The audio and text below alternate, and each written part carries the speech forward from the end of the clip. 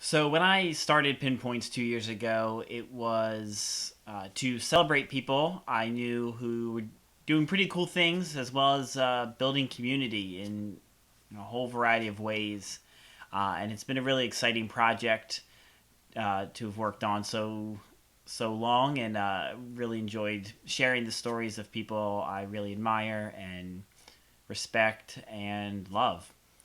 Um, but even with 2 years gone by, I've only interviewed or released episodes for 9 people, and I know that it's a slow process for this, and that I probably won't be able to share all the stories of people um, that I want to, and that's a shame because I think there are a lot of people out there who are doing really cool things. So hopefully this series is an inspiration to you to talk to those people. But I want to take time today to for James and I to share a little bit about a guy, Frank Gazzillo, who is actually the grandfather of Ed Mulvihill, featured in the first season of Pinpoints. Frank was the former manager at Pico's Liquors in Bellefonte, Delaware, until Ed took over a few years back. And Frank was a great guy, but unfortunately he died about a week ago. Um, so I wanted to share a little bit about Frank from Ed's episode, some of the stories he shared as well, a little that James knows about him. You're about to watch Ed tell some stories about his grandfather, which I think is the best eulogy, you can. And I knew him as my friend's grandfather. I knew him as a guy who I would come and hang out at the store with Ed, and he always treated me very well. He was friendly and always remembered me when I came home and visited and saw him. He always was smiling and happy. And when I was in the store as a kid, when there were people around, he would always be holding court and have people around happy and smiling. And recently I got to visit home, and I got to see him. And his hearing had decreased, and he was looking a little thinner than I remember him. And I think it's kind of easy in that situation to feel a little bit agitated or worried or something. But there was a moment when I was sitting outside with him, and Ed had gone off somewhere, and Mike and his grandma had left, and so it was just me and him.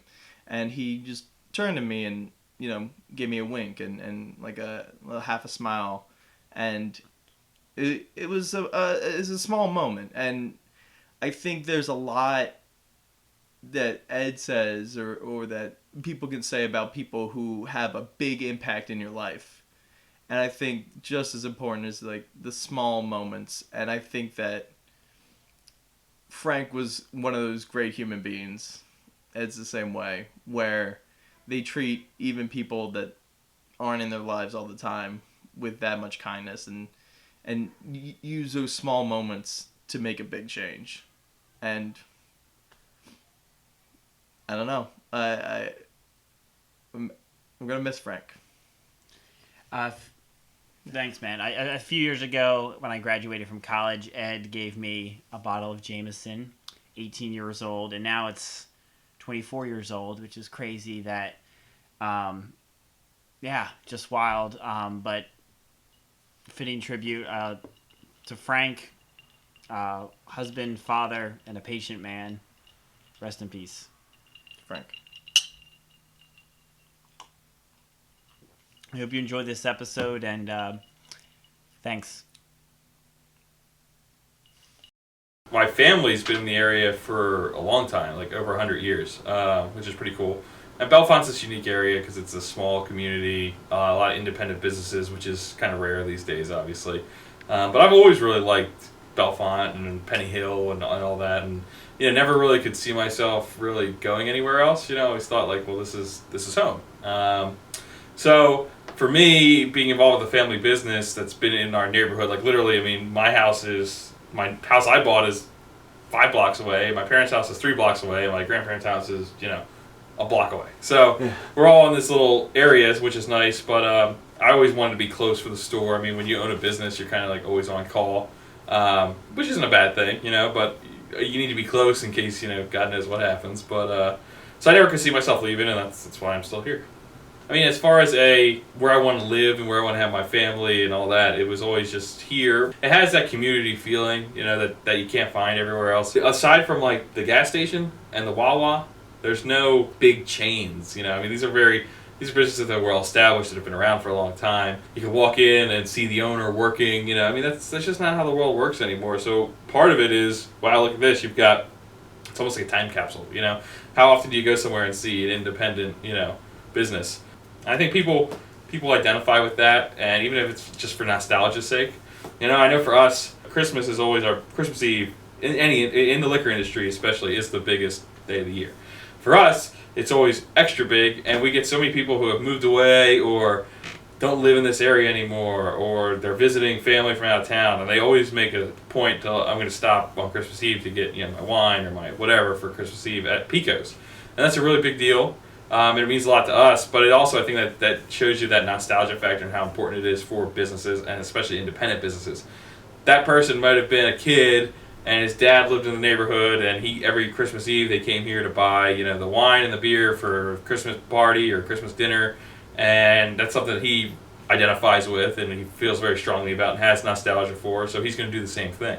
And we see a lot of that, and I think that's probably true if you ask a lot of local businesses. I think after like almost 80 years in business, people know that Pico's is family owned and operated, so I've almost stopped saying it, to be honest. But people can identify with it the minute they walk in. I mean, it's a different experience. I have customers who have shopped here forever, and they can't believe that I'm 24 and working here now. I remember when you were this big. So I think that on its own, it speaks volumes. And just you can tell when you're in a locally owned, independent, family-run business as opposed to a, mega super box store or even, a small franchise. I mean, everything has to be just so in a mega franchise. This has to be here, this has to be here, the price has to be listed here, and boop, boop, boop, and the employees have to look like this, they have to wear that. And it's just, it's more relaxed.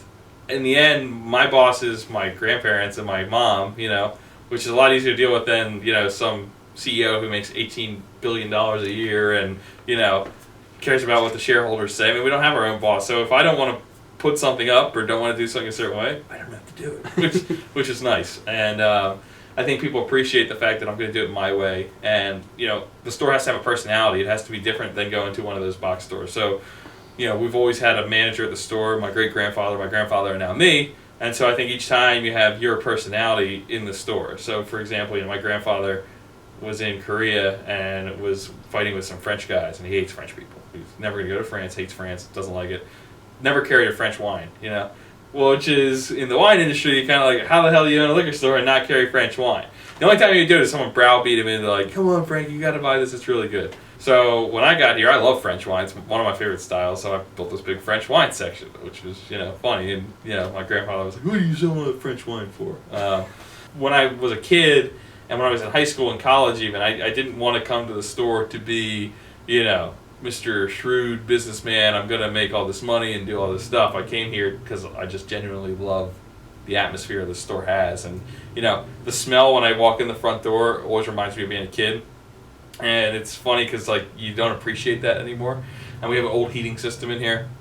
So, at Christmas time, the store has, winter time. But for me, it was always Christmas time because I was always in school and I would come back for Christmas break. So it has this, smell. So when the heat kicks on, it reminds me of the holidays. And I look forward to that all year. Christmas time in here is I could be here, 12 hours and it wouldn't bother me because it's, it's a good day to be doing business and to seeing a lot of great customers and all that. I'm lucky that I get to work with my family regularly. I mean, it's not always the easiest thing in the world. I think mostly that's because I see them as an extension of myself, and for me, it's always, I get more upset with myself than I do with other people. I want our store to be perfect all the time, and when something gets messed up, it's not like talking to a normal boss or superior. Cause I'm like, what do you mean you didn't do that? We're trying to run a business here. So that's, I wouldn't change it for anything, obviously, but I'd like to be a little more patient for sure, because I'm not the best at that. My grandfather and me are a lot alike, and it's just because I was literally by his side out in the store as a kid my whole life, and I just love the way he is and the person he is. And the one thing is he's got way more patience than me, and he's a little nicer than me, because for me, I'll always be nice to you until you do something to me that is not so nice, and then I have zero patience for you. I don't know how he does it, and I talk to him all the time, but he's really good at turning the other cheek and, being nice to everybody no matter what the circumstances are, which is kind of something I hope to grow to emulate over the years. Because for me, I take things very personally, and it's kind of, oh, you screw me? Okay, well, that's the end of you. I'll be the nicest person in the world to you, until you do something to hurt me. And he's always like, I don't know how he does it, because I think that's a really difficult thing for anybody to do, but he's really good at that. Yeah, him, my grandmother, they're two of the kindest people that I've ever met in my life. They'll do anything for anybody, which is how I feel. I think if the whole world was like that, it would be a really great place.